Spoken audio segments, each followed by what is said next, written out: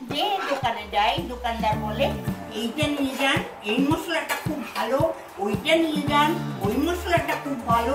সব মশলা দিয়ে রান্না করে দেখলাম, ভালো কিচ্ছু না।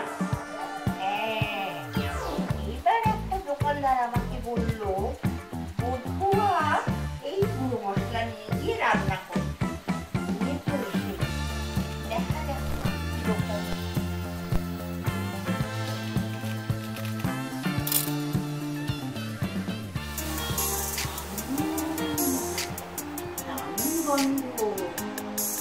রান্নাটা দিয়ে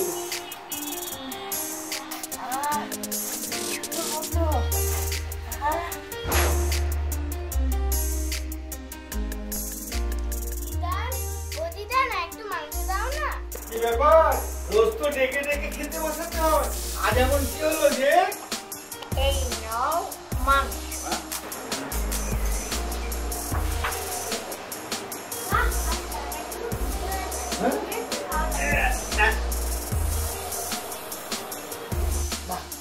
খুব সুন্দর আছে। এটা আমার কোনো কৃতিত্ব নেই, এটা হলো বধুয়া গুঁড়ো মশলার জাদু, বুঝলে? জাদু।